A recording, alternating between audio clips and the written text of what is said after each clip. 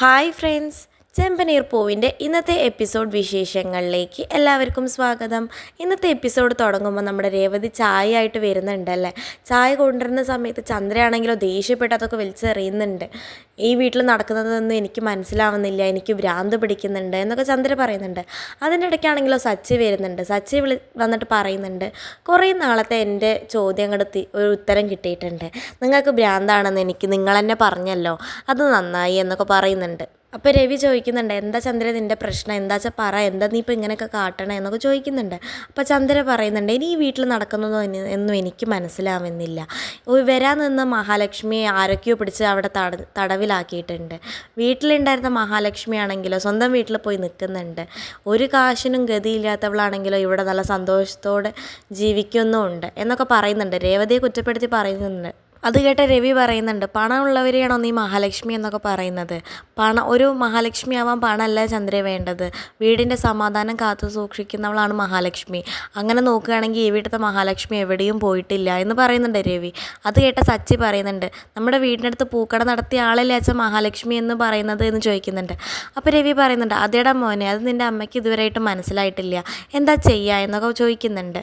പിന്നെ ചന്ദ്ര സച്ചിനെ കുറ്റപ്പെടുത്തുന്നുണ്ട്, നീ ഓരോന്ന് കാണിച്ചുകൊണ്ടാണ് വർഷ ഈ വീട്ടിലോട്ട് വരാത്തത്, നീയാണ് എല്ലാത്തിനും കാരണം എന്നൊക്കെ പറയുന്നുണ്ട്. നീ കാണിച്ച പ്രവർത്തിക്ക് ആരും ഈ വീടിൻ്റെ പടി പോലും ചവിട്ടില്ല എന്ന് പറയുന്നുണ്ട്.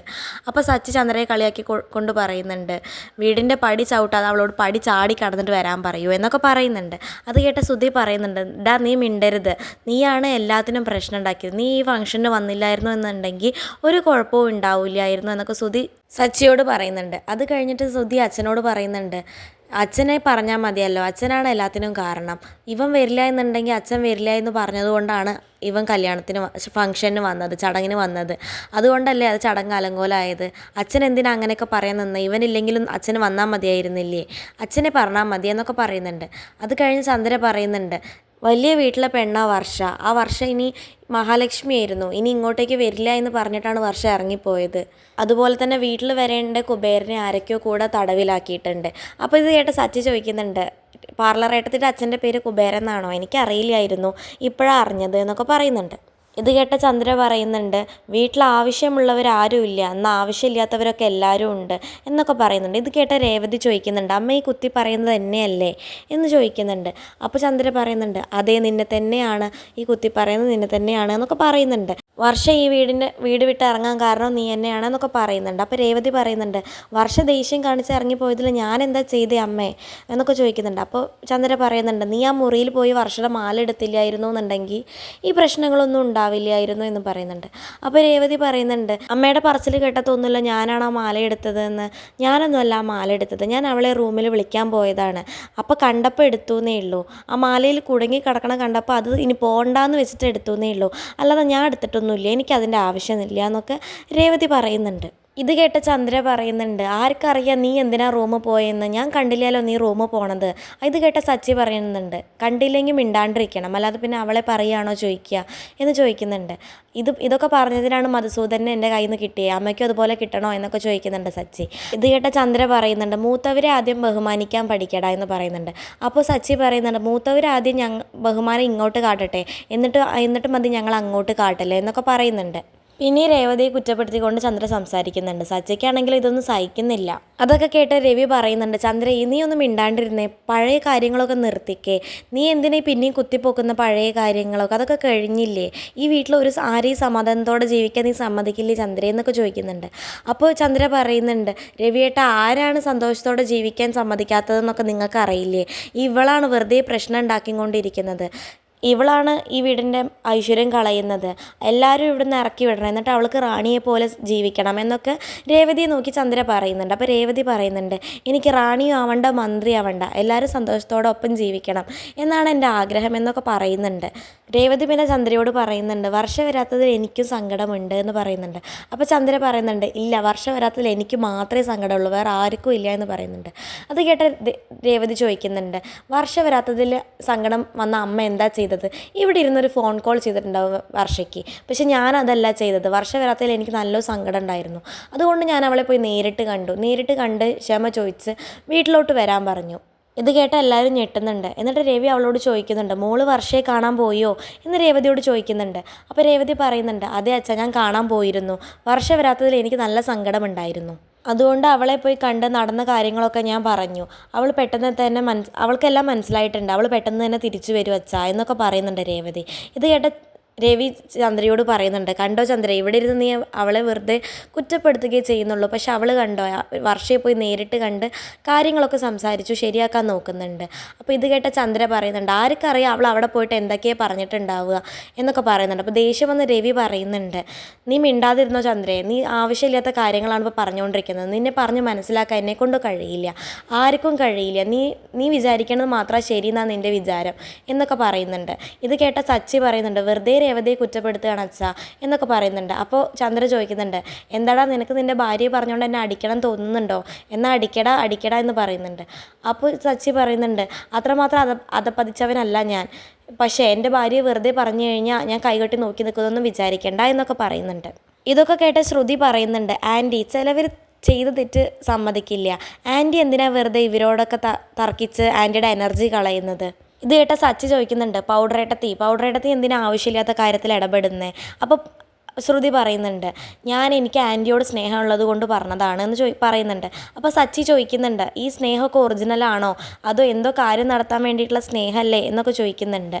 അപ്പോൾ ശ്രുതി പറയുന്നുണ്ട്, ഇല്ല അങ്ങനെയൊന്നുമില്ല, എനിക്ക് നിന്നെപ്പോലെയൊന്നുമല്ല, എനിക്ക് ആൻറ്റിയോട് നല്ല സ്നേഹമാണ് എന്നൊക്കെ പറയുന്നുണ്ട്. അത് കേട്ട സച്ചി പറയുന്നുണ്ട്, മുഖംമൂടി ഇട്ട് നിൽക്കുന്നവളല്ലേ നീയെ, മുഖംമൂടി അഴിഞ്ഞു വീഴുമെന്ന് പേടികൊണ്ടല്ലേ നീ ഇപ്പം ഇങ്ങനെയൊക്കെ സംസാരിക്കുന്നത് എന്നൊക്കെ ചോദിക്കുന്നുണ്ട് ശ്രുതിയുടെ അടുത്ത്. അപ്പോൾ ഇത് കേട്ട ശ്രുതിക്ക് ദേഷ്യം വരുന്നുണ്ട്. എന്നിട്ട് ശ്രുതി ചോദിക്കുന്നുണ്ട്, ആരുടെ മുഖംമൂടിയിട്ട് നിൽക്കുന്നത്, നീ വെറുതെ അനാവശ്യം പറയരുത് സച്ചി.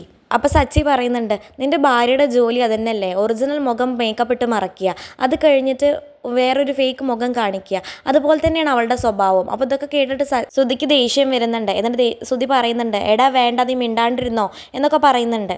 എന്നിട്ട് ശ്രുതി സച്ചിയെ തല്ലാൻ വേണ്ടി കൈ ഓങ്ങുന്നുണ്ട്. അപ്പോൾ ശ്രുതി തടയുന്നുണ്ട്, ശ്രുതി വേണ്ട, അവനെ പോലെ നമുക്ക് താഴാൻ പറ്റില്ല, അതൊക്കെ അവൻ്റെ തല്ലലും പിടിക്കലൊക്കെ അവൻ്റെ റേഞ്ചാണ്, അതുപോലെ നമ്മൾ എന്തിനാ താഴണേ, അവന് മാത്രമേ ആ റേഞ്ചിലോട്ട് പോകാനൊക്കെ പറ്റുള്ളൂ എന്നൊക്കെ പറയുന്നുണ്ട്. ഇത് കേട്ട സച്ചി പറയുന്നുണ്ട്, നിൻ്റെ ഭർത്താവിൻ്റെ റേഞ്ചൊക്കെ എനിക്ക് നന്നായി അറിയാം, അതുപോലെ താഴാൻ വേറെ ആർക്കും പറ്റില്ല, കള്ളനും കള്ളിയാണ് നിങ്ങൾ എന്നൊക്കെ പറയുന്നുണ്ട് സച്ചി. അപ്പോൾ ശ്രുതി പറയുന്നുണ്ട്, കേട്ടില്ലേ അങ്കിൾ, ഇവൻ വീട്ടിലിരിക്കുന്ന സമയം ഇരിക്കാൻ ഞങ്ങൾക്ക് ബുദ്ധിമുട്ടുണ്ട്, വർഷം എടുത്ത തീരുമാനം തന്നെയാണ് നല്ലത്, ഞങ്ങളും അതുപോലെ ചെയ്യേണ്ടി വരും എന്നൊക്കെ പറഞ്ഞിട്ട് ദേഷ്യപ്പെട്ടിട്ട് ശ്രുതി അവിടുന്ന് പോകുന്നുണ്ട്. അതൊക്കെ കേട്ട ചന്ദ്ര പറയുന്നുണ്ട്, കേട്ടില്ലേ അവർ പറഞ്ഞത്, ഇനി ഇവരും ഇവിടുന്ന് പോവും, ഇവളുള്ളിടത്ത് ആർക്കും നിൽക്കാൻ ഇഷ്ടമല്ല, എല്ലാവരും പോയിട്ട് ഇവർക്ക് ഇവിടെ സുഖമായിട്ട് ജീവിക്കണം, അതാണ് ഇവരുടെ മനസ്സിൽ എന്നൊക്കെ പറയുന്നുണ്ട്. എന്നിട്ട് സച്ചിയെ നോക്കിയിട്ട് ചന്ദ്ര പറയുന്നുണ്ട്, നമുക്ക് നോക്കാം എന്നൊക്കെ പറഞ്ഞിട്ട് ചന്ദ്ര അവിടുന്ന് പോകുന്നുണ്ട്.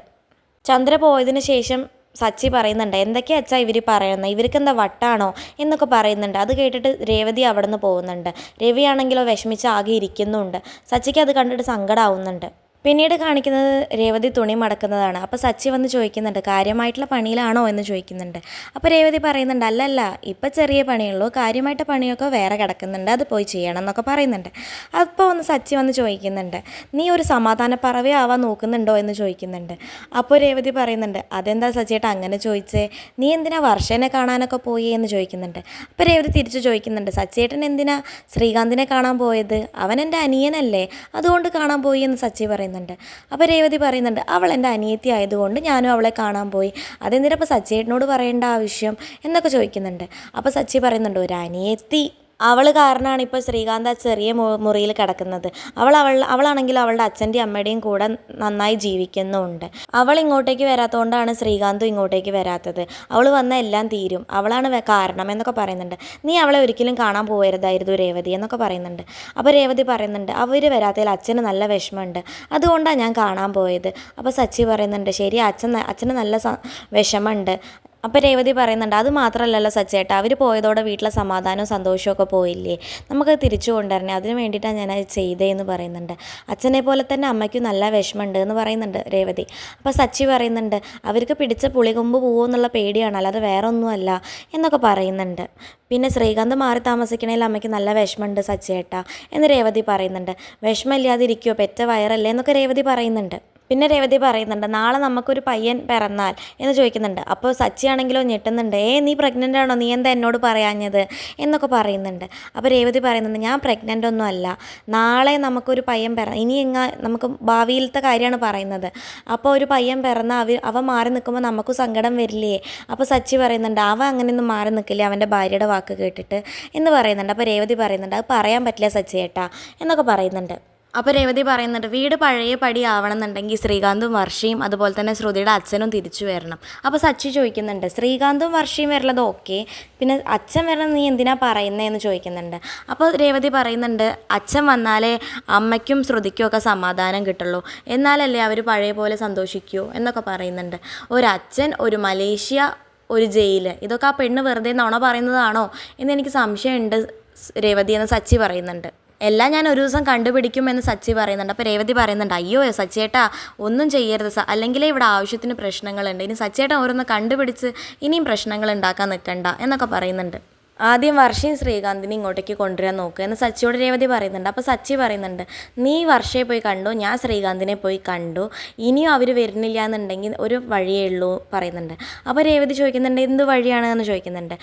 അപ്പോൾ സച്ചി പറയുന്നുണ്ട്, നേരെ അവരുടെ വീട്ടിലോട്ട് പോവുക, വർഷയുടെ അച്ഛനെ 2 പൊട്ടിക്കുക, എന്നിട്ട് അവരെ വിളിച്ചുകൊണ്ട് വരിക എന്ന് പറയുന്നുണ്ട്. അപ്പോൾ രേവതി പറയുന്നുണ്ട്, എൻ്റെ സച്ചിയേട്ടാ മതി, സച്ചിയേട്ടൻ ഉണ്ടാക്കിയ ഒരു അടിച്ചതിൻ്റെ പ്രശ്നമാണ് ഇപ്പോഴും ഇവിടെ നടന്നുകൊണ്ടിരിക്കുകയാണ്, ഇനിയും പ്രശ്നങ്ങൾ ഉണ്ടാക്കാൻ പോവുകയാണോ, ഒന്നും മിണ്ടാണ്ടിരുന്നേന്നൊക്കെ പറയുന്നുണ്ട്. ഇത് കഴിഞ്ഞിട്ട് രേവതി പറയുന്നുണ്ട്, വെറുതെ എന്തിനാ, അവരോട് ഞാൻ കാര്യം പറഞ്ഞതല്ലേ, അവർ വരും തന്നെയാണ് എൻ്റെ വിശ്വാസം, നമുക്ക് നോക്കാം എന്നൊക്കെ പറയുന്നുണ്ട്. അത് കഴിഞ്ഞിട്ട് രേവതി പറയുന്നുണ്ട്, അടുക്കളയിൽ പണിയുണ്ട് ഞാൻ പോവുകയാണ് എന്ന് പറഞ്ഞ് രേവതി പോകുന്നുണ്ട്.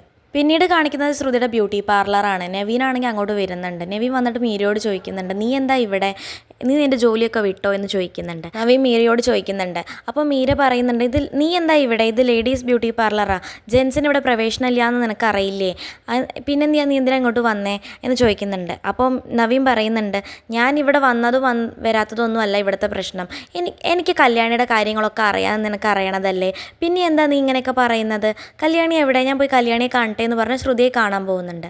പിന്നെ ശ്രുതിനെ കണ്ടിട്ട് ഹലോ എന്ന് പറയുന്നുണ്ട് നവീൻ. അപ്പോൾ മീരയോട് ചോദിക്കുന്നുണ്ട് ശ്രുതി, നീ എന്തിനാ ഇയാളെ ഇങ്ങോട്ടേക്ക് കയറ്റി വിട്ടേ എന്ന് ചോദിക്കുന്നുണ്ട്. അപ്പോൾ മീര പറയുന്നുണ്ട്, ഇയാളെ കയറ്റി വിട്ടിട്ട് വേണോ, ഇയാൾ നുഴഞ്ഞ് കയറില്ലേ എന്നൊക്കെ ചോദിക്കുന്നുണ്ട്. അപ്പോൾ ശ്രുതി നവീനോട് ചോദിക്കുന്നുണ്ട്, എന്തിനപ്പോൾ താൻ ഇങ്ങോട്ടേക്ക് വന്നത് എന്ന് ചോദിക്കുന്നുണ്ട്. അപ്പോൾ നവീൻ പറയുന്നുണ്ട്, എൻ്റെ മുഖത്തോട്ട് നോക്കിയേ, എൻ്റെ മുഖത്ത് നല്ല മാറ്റമില്ലേ എന്നൊക്കെ ചോദിക്കുന്നുണ്ട്. ഉണ്ട്, എന്താ കാര്യം എന്ന് ചോദിക്കുന്നുണ്ട്. കല്യാണമാണ് എന്ന് പറയുന്നുണ്ട്. അപ്പം മീര ചോദിക്കുന്നുണ്ട്, തനിക്ക് അത്ര വലിയ മകളൊക്കെ ഉണ്ടോ, മകളുടെ കല്യാണമല്ലേ എന്ന് ചോദിക്കുന്നുണ്ട്. അപ്പോൾ നവീൻ പറയുന്നുണ്ട്, അല്ല, എന്നെ കണ്ട എത്ര പ്രായമൊക്കെ തോന്നിക്കുന്നുണ്ടോ, കല്യാണം എൻ്റെയാണ് എന്ന് പറയുന്നുണ്ട്. അപ്പം മീര പറയുന്നുണ്ട്, തൻ്റെ കല്യാണോ, തനിക്കൊരു ഭാര്യയും മകനൊക്കെ ഇല്ലേ, അവരോ എന്ന് ചോദിക്കുന്നുണ്ട്. നീ കാരണം അവരൊക്കെ എന്നെ വിട്ടുപോയില്ലേ ശ്രുതി, എന്ന് നിനക്കറിയില്ലേ, എത്ര കാലം എന്ന് വെച്ചിട്ടാണ് ഞാൻ ഒറ്റയ്ക്ക് ജീവിക്കുക, എനിക്കും വേണ്ടേ ഒരു കൂട്ടൊക്കെ, എന്നെ നോക്കാൻ ഒരാൾ വേണ്ടേ എന്നൊക്കെ പറയുന്നുണ്ട് നവീൻ. അപ്പോൾ ശ്രുതി പറയുന്നുണ്ട്, നിന്നെ നോക്കാനോ, നിൻ്റെ കൈയിനും കാലിനും എന്താ കുഴപ്പമെന്ന് പറയുന്നുണ്ട്. അപ്പോൾ നവീൻ പറയുന്നുണ്ട്, എൻ്റെ കൈയിനും കാലിനും ഒരു കുഴപ്പമില്ല, പക്ഷേ എനിക്കൊരു കൂട്ടൊക്കെ വേണ്ടേ എന്ന് ചോദിക്കുന്നുണ്ട്. ചെറിയ രീതിക്കാണ് കല്യാണം, പക്ഷേ കല്യാണത്തിന് 1 ലക്ഷം രൂപ ചിലവുണ്ട്, ആ ചിലവിന് വേണ്ടിയിട്ടാണ് ഞാൻ എൻ്റെ ATM മെഷീനെ കാണാൻ വന്നത് എന്ന് പറയുന്നുണ്ട്. അപ്പോൾ ശ്രുതി പറയുന്നുണ്ട്, നിനക്ക് ഞാൻ കുറേ തവണ കാശ് തന്നതല്ലേ, ഒരാളെ ഇങ്ങനെ പറ്റിക്കുന്നതിൽ ഒരു പരിധിയുണ്ട്, ഞാൻ ഇനി കാശൊന്നും തരില്ല എന്നൊക്കെ പറയുന്നുണ്ട്. ഇതൊക്കെ കേട്ട നവീൻ പറയുന്നുണ്ട്, ഞാനാണോ തെറ്റുകാരൻ അതോ നീയാണോ, ഞാൻ ഇപ്പോൾ കല്യാണം കഴിക്കാൻ പോകുന്ന കുട്ടിക്കറിയാം എനിക്കൊരു ഭാര്യയും ഒരു കുട്ടിയുള്ള കാര്യം, പക്ഷേ നിൻ്റെ ഭർത്താവിന് അതൊന്നും അറിയില്ലല്ലോ, നീയല്ലേ അവരെ പറ്റിക്കുന്നത്, ഞാനാണോ എന്നൊക്കെ ചോദിക്കുന്നുണ്ട്. അപ്പോൾ എനിക്ക് നീ 1 ലക്ഷം രൂപ തരണം ശ്രുതി, ഇതൊന്നും ഞാൻ പറയാതിരിക്കാൻ വേണ്ടിയിട്ട് നീ എനിക്ക് 1 ലക്ഷം രൂപ തരണം എന്ന് പറയുന്നുണ്ട് നവീൻ. അപ്പോൾ ശ്രുതി പറയുന്നുണ്ട്, എൻ്റെ കയ്യിലിപ്പോൾ കാശില്ല.